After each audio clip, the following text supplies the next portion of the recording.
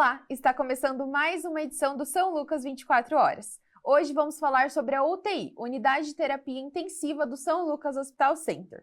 Nossos convidados são os médicos intensivistas doutores Luiz Felipe Sidney e André Crocos. Os especialistas explicam como funciona o atendimento a pacientes em estado grave, a importância da equipe multiprofissional e os avanços da medicina intensiva. Sejam muito bem-vindos, doutores. Obrigado. Muito obrigado.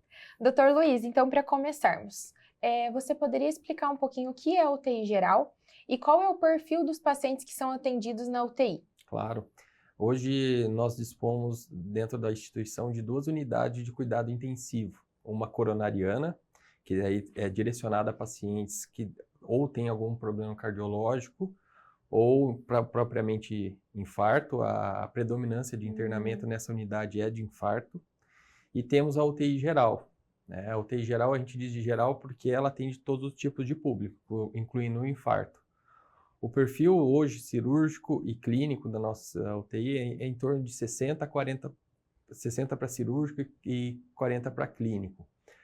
Mas acaba, alguns meses, algumas semanas, acaba se equilibrando, sendo meio a meio, né, o perfil dos pacientes. Então, nós dispomos de 20 leitos, e nesses 20 leitos os pacientes ficam distribuídos entre clínicos e cirúrgicos.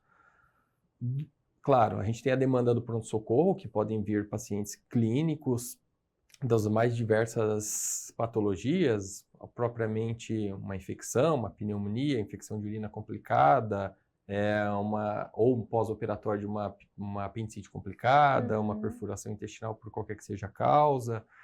Então, nós temos um aparato total para receber tanto pacientes clínicos quanto cirúrgicos. E daí a gente fala que é uma UTI geral porque ela consegue abranger e tratar todas essas patologias.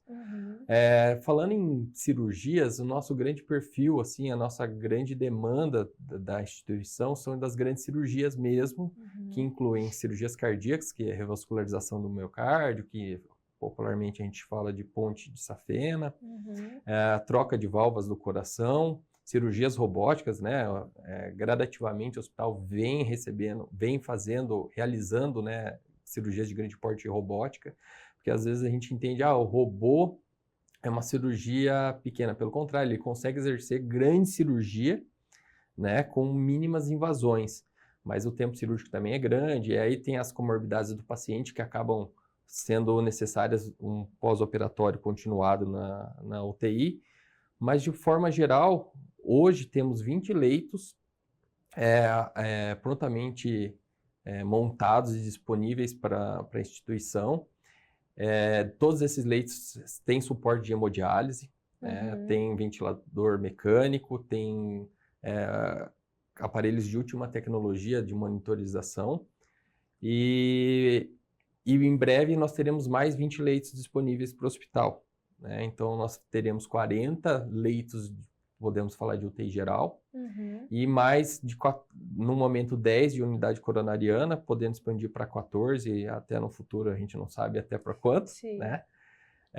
Mas a gente não distingue ou define os pacientes porque a demanda vem conforme é necessário, né? Temos dias de agentes cirúrgicas com mais probabilidade, tem médicos especialistas que operam, por exemplo, de tórax em tal dia, cardíacas em tais dias, mas no contexto geral temos capacidade, já temos uma equipe bem formada com intensivistas, com enfermeiros intensivistas e fisioterapeutas intensivistas, com ampla experiência nesses últimos, no passar dos anos, né, que foram cada vez mais preparados, né? Então, hoje, com orgulho, a gente pode falar que a nossa equipe possui a maior equipe de intensivistas aqui da região, talvez até, ouso dizer, fora da capital, porque a formação de terapia intensiva é uma coisa relativamente nova quando a gente compara com as outras especialidades. Vamos arredondar aí que, mais ou menos, no final dos anos 90, começo dos anos 2000, começou a ter a formação. Antes havia só a titulação, né? Então, com orgulho, nós também somos um centro formador de médicos intensivistas. Conseguimos absorver com orgulho também os nossos egressos, com muita capacidade intelectual e profissional. Então, resumindo para você, atualmente, até a nossa a nossa entrevista aqui, nós temos 30 leitos de UTI, sendo 10 de unidade coronariana cardíaca e 20 de UTI geral. E neste momento, posso falar que neste momento está tendo a reforma e ampliação dos outros 20 leitos, né? Então, em breve espaço de tempo aí, nós teremos pelo menos 50 leitos para a instituição. Para tratar, posso falar praticamente todas. Todas é muito difícil de se dizer, mas a maior parte, com certeza, seguramente, das patologias que são possíveis de se tratar. Muito interessante. E, doutor André, como que funciona o processo de admissão de um paciente na UTI? Quais são os critérios avaliados? Basicamente, o que a gente vai avaliar é o potencial risco à vida, numa primeira análise, né? Então, doenças como a insuficiência, síndromes como a insuficiência respiratória aguda, né? Pacientes que têm dificuldade para respirar, pacientes que têm rebaixamento do nível de consciência, né? Que por algum motivo não estão respondendo, que a gente chama de coma, eventualmente, a depender da gravidade desse rebaixamento. Pacientes que têm algum tipo de instabilidade hemodinâmica, né? Em especial nas doenças cardiovasculares, o infarto, por exemplo, ou infecções complicadas, onde a pressão arterial cai demais. Então, em primeira análise, a gente avalia esse tripé, né? A capacidade do indivíduo responder, nível de consciência, a capacidade de respirar bem e a capacidade de manter a pressão arterial. Em segunda análise, são os pacientes que têm patologias que não são graves, mas que têm potencial risco para complicar. Por exemplo, um idoso mais fragilizado, um paciente que vai ser submetido a uma cirurgia complexa, mas que tem alguma outra comorbidade, alguma outra doença que pode complicar, por exemplo, uma doença coronariana que pode vir a causar um infarto perioperatório. Então, numa segunda instância, são esses pacientes que a gente vai avaliar, pacientes que não estão em risco potencial de vida nesse momento, mas que têm alguma comorbidade ou que vão passar por algum procedimento que pode levar ao agravamento.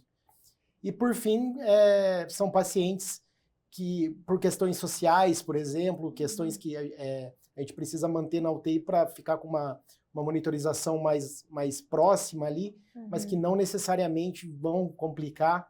E esses são os pacientes mais incomuns, né?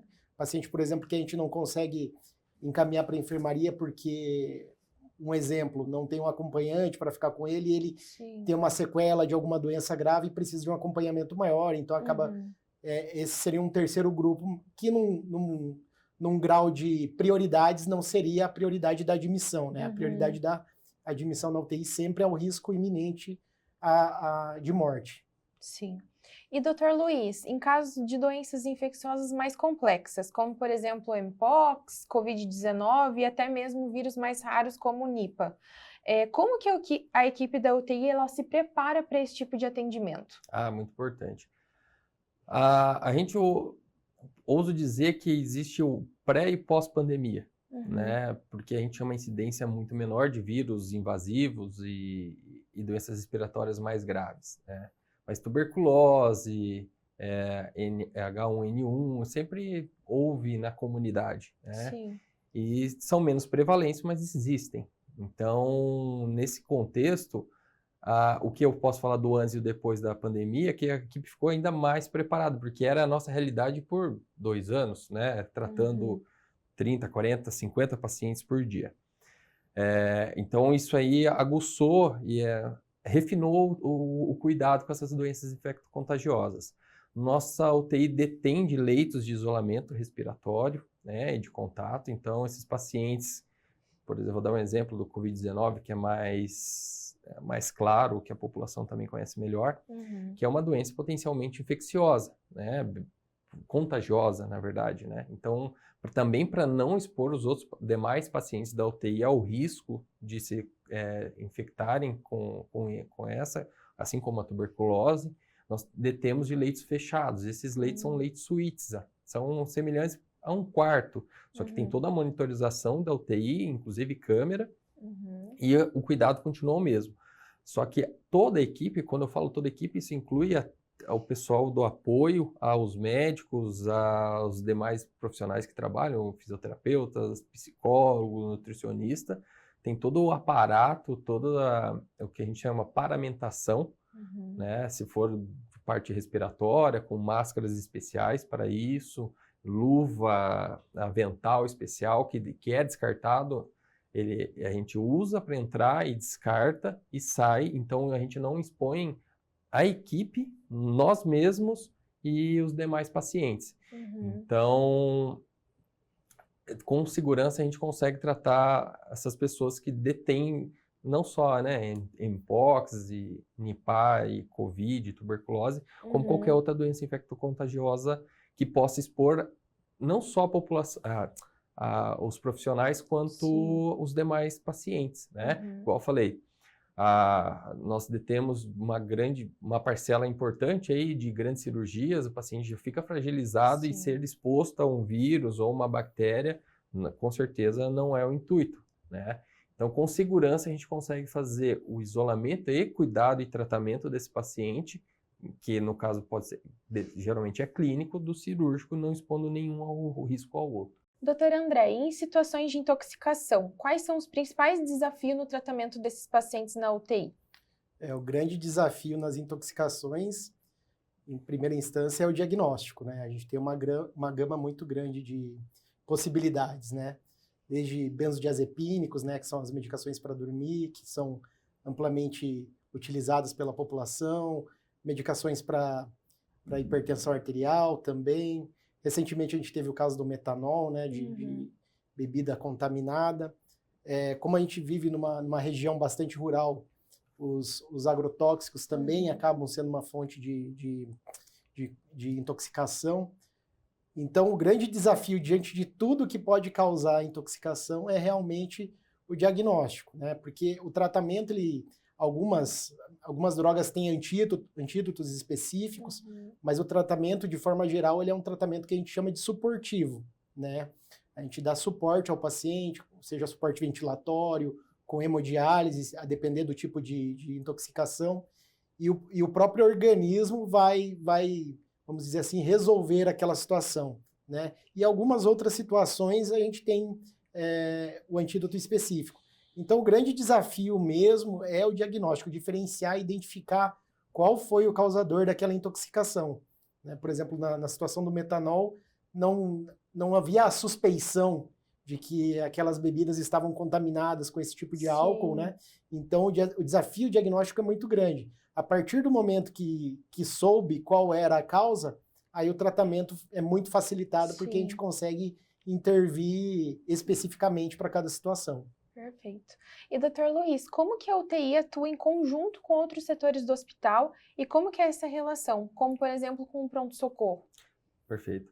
Na verdade, eu acho que é difícil falar só da UTI, né? Porque daí se eu falar que a UTI ela tem um vínculo com o pronto-socorro, com o setor de hemodinâmica, endoscopia, radiologia, na verdade é ambíguo, né? Porque é uma mão de dois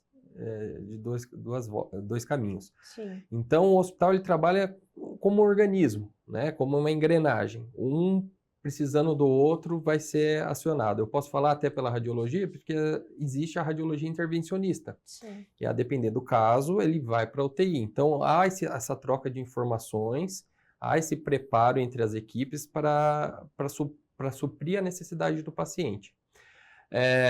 Tirando o pronto-socorro e o centro cirúrgico, né, que são a grande demanda, né? Posso falar seguramente mais de 80% da demanda que vai para a UTI. Temos, eventualmente, pacientes que estão internados e têm descompensação clínica ou não teve uma boa resposta ao tratamento no primeiro momento, precisa ficar monitorizado nas enfermarias, né? E essa conversa é muito falar tranquila.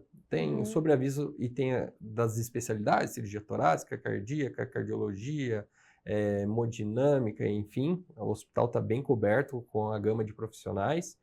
Então, eu posso falar seguramente que é tranquila a nossa relação, porque um ajuda o outro, mas sempre o fim é o cuidado e o melhor para o paciente.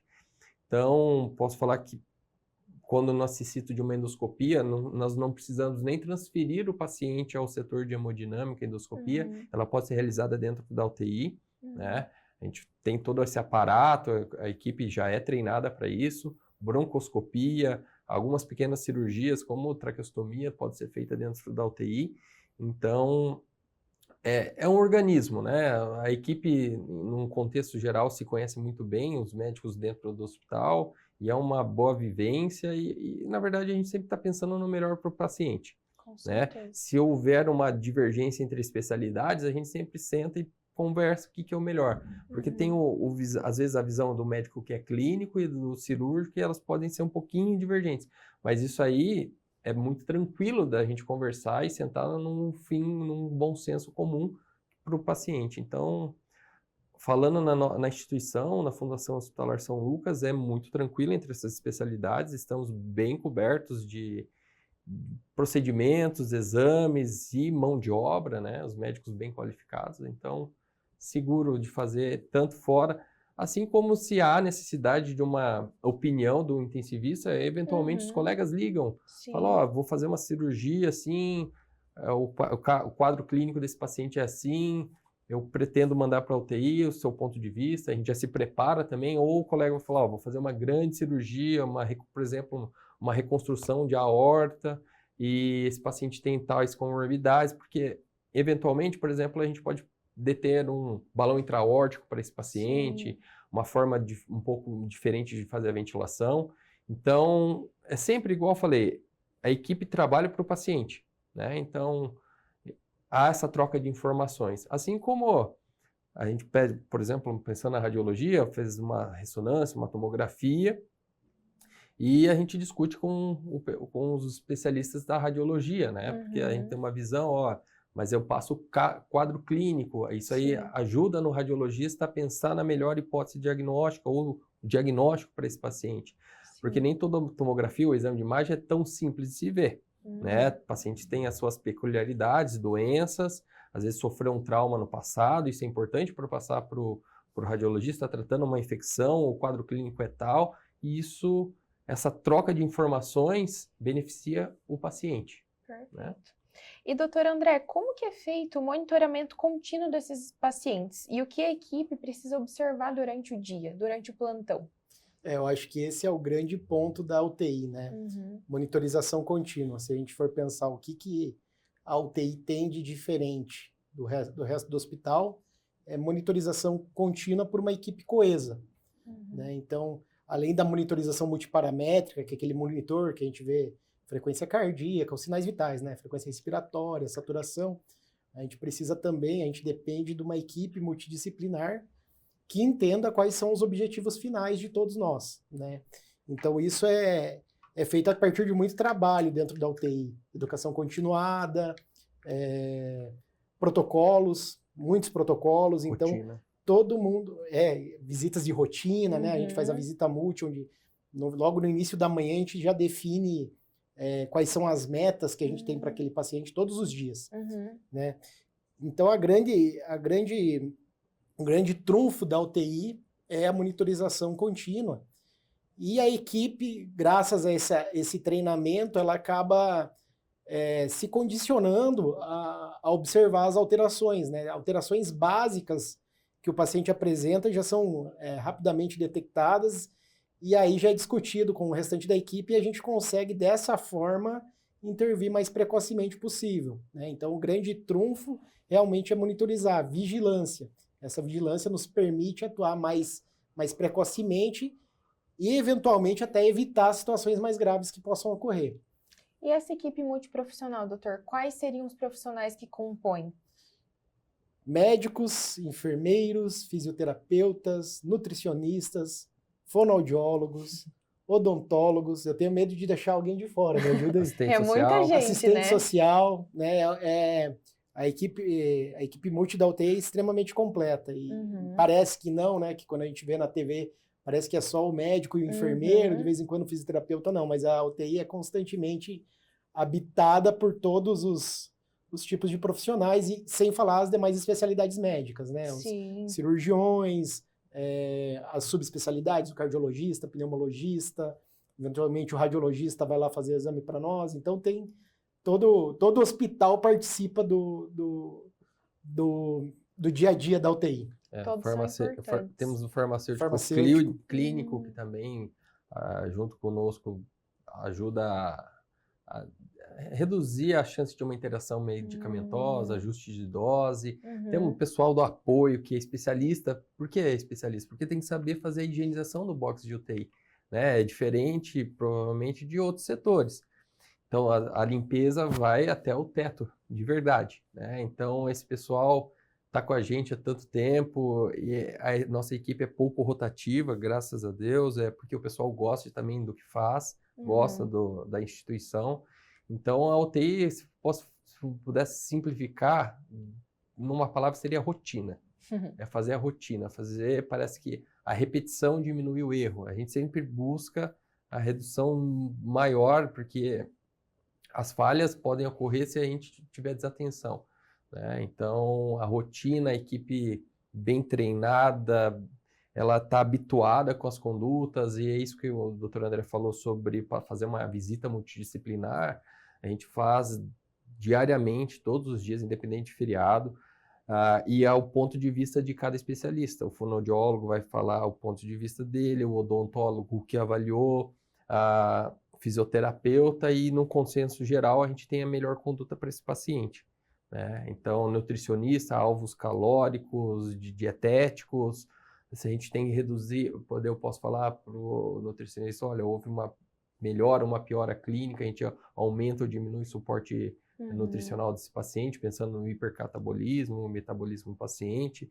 Então, é difícil, né? Dá medo de falar que alguém possa estar faltando, mas a equipe é bem extensa, então, às vezes fica incumbido ao médico e o enfermeiro dar as notícias para o familiar, para a população, e isso é muito superficial de se dizer, né? Quando a gente tem uma equipe tão extensa, tão grande trabalhando.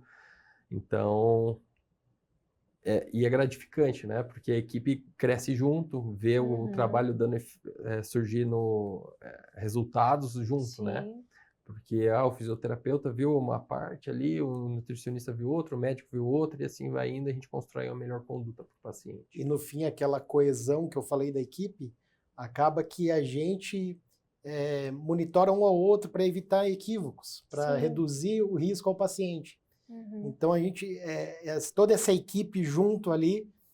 Então, por exemplo, uma medicação que vamos supor, o paciente não precise mais. Então, o farmacêutico já sinaliza, esse antibiótico está para terminar, por exemplo.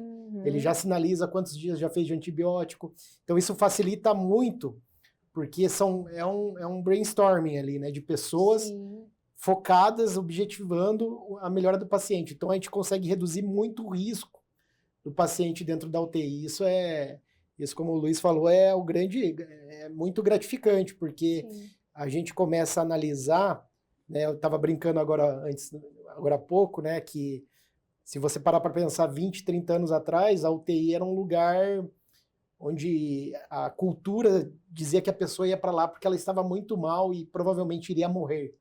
E hoje em dia a nossa taxa de sobrevivência na UTI supera os 90% facilmente, assim, né? Então, quer dizer, a UTI é um lugar hoje onde as pessoas saem vivas. E muito disso ocorre porque profissionalizou a UTI. Então, todos os profissionais se especializaram naquilo. Parou de ser um ambiente do hospital onde as pessoas iam fazer um plantão extra, por exemplo. Não, virou a profissão daquelas pessoas. E essa profissionalização fez com que essa equipe, essa junção de profissionais elevassem o grau de assertividade da UTI a níveis muito altos. Então, hoje, graças a Deus e a essa profissionalização, a gente consegue aí devolver a grande parte dos pacientes de volta para casa. Com certeza.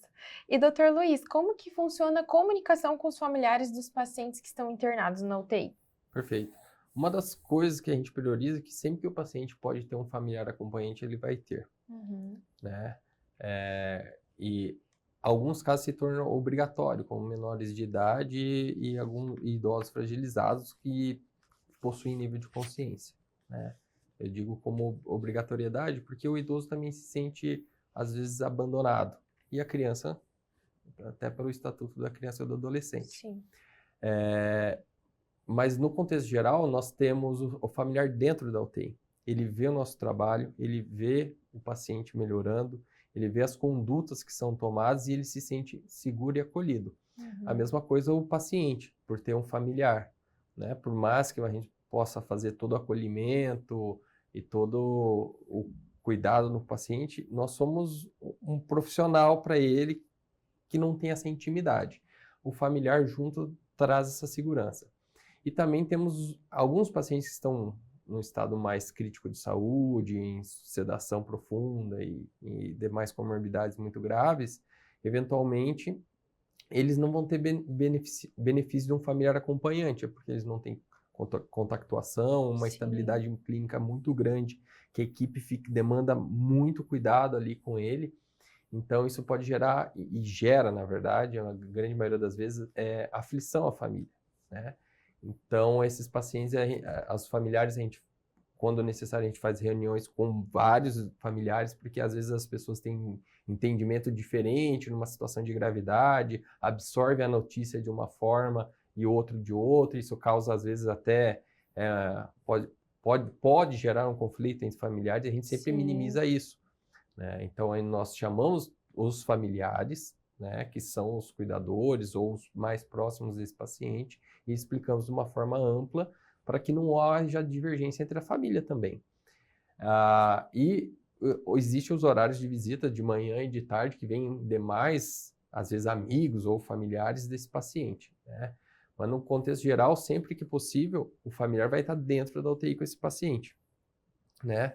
Tanto para acolhimento e para passar segurança para a família da nossa conduta, né? Então, e no contexto geral, a relação fica muito melhor quando a gente tem a família, né? Porque ela vê realmente o que nós estamos fazendo.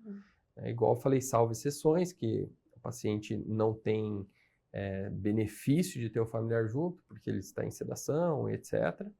Mas a grande maioria dos pacientes acabam tendo familiares presentes dentro da UTI. A família acaba sendo parte do tratamento também. Do tratamento. Faz parte do tratamento. Diminui a ansiedade do paciente, eventualmente delírio, né? O paciente se sente mais confortável, mais seguro, porque tem alguém também da família olhando por ele. Sim. Então, a gente sempre buscamos. Temos assistente social, temos psicóloga, tem fonoaudióloga, todo mundo que faz o acolhimento. Há algumas demandas da fisioterapia, o fisioterapeuta já ensina como reabilitar esse familiar, pensando na deshospitalização. Então, é complexo, mas faz muito sentido e isso traz muito benefício para o paciente. A nutricionista conversa com o familiar sobre a dieta, porque às vezes existem restrições por causa de uma doença de base, de uma cirurgia que foi realizada. O nutricionista, nutrólogo explica a condição clínica, o que vai poder comer, como comer, uma suplementação. Então, o familiar junto também faz parte, pensando no pós-UTI, pós-enfermaria, em casa, né? Doutora André, na sua experiência, quais são os principais avanços tecnológicos que têm contribuído para melhorar o resultado dos pacientes, do tratamento dos pacientes na UTI? A medicina ela é muito dinâmica, né? Então, a cada 10 anos, 70% do que a gente aprendeu provavelmente já mudou, né? Na UTI, o que a gente notou de avanço, realmente, além, obviamente, por exemplo, da pandemia, que trouxe uma série fomentou muitos novos estudos, isso trouxe uma série, apesar de ter sido uma situação catastrófica, a gente teve uma série de avanços em relação ao manejo desse perfil de pacientes. Mas na UTI o maior avanço foi a profissionalização, que eu já falei, né, de formar uma equipe capacitada para trabalhar na UTI, que é um perfil de paciente totalmente atípico do paciente de enfermaria, né? Com relação às ferramentas de monitorização, então hoje a gente consegue, por exemplo, avaliar a função cardíaca de modo menos invasivo, o que aí na década de 70, 80, 90 era necessário um catéter que passava lá por dentro do coração e até a artéria pulmonar. Então a gente já tem métodos que são menos invasíveis, mais factíveis na beira do leito, né? A tecnologia com relação aos equipamentos, ventiladores mecânicos com mais recursos, né? Com uma capacidade de monitorar melhor a mecânica ventilatória do paciente. e o próprio avanço da indústria mesmo, né? Da indústria farmacêutica. Então, por exemplo, o avanço do tratamento para doenças como a hipertensão, a diabetes, todas essas situações trazem melhorias também para dentro da UTI. Todo o avanço para doenças que são tratadas lá na atenção primária, quando o paciente chega na UTI, ele tem uma performance diferente, porque ele recebeu um tratamento na atenção primária diferente. Então, eu destacaria isso, a profissionalização, a tecnologia e o avanço das medidas farmacológicas. Perfeito, doutor. E para finalizarmos, tanto o doutor Luiz quanto o doutor André, qual mensagem os doutores gostariam de deixar para a população mesmo sobre a importância da UTI e também cuidados com a saúde? Pode falar. Então, assim, o primeiro é desmistificar que a UTI, igual o doutor André falou, é um lugar de pessoas que já não têm mais chance, pelo contrário. Obviamente, nem toda doença é reversível, né? Nem toda doença tem cura. E se não há cura, o melhor cuidado e o melhor carinho, todo o conforto que esse paciente pode receber, inclusive da família. Então, quando tentar não se espantar no primeiro momento, por que vai para a UTI num pós-operatório de uma grande cirurgia ou de uma descompensação clínica, porque o profissional hoje, existe o profissional da UTI, né? Não só o médico, o intensivista, uma enfermeira intensivista, o fisioterapeuta intensivista e por aí vai, porque a equipe está cada vez mais bem qualificada. E a gente tem muito orgulho da nossa equipe aqui da Fundação Hospitalar São Lucas, porque são profissionais qualificados e gostam, que é o mais importante, que gostam do que fazem.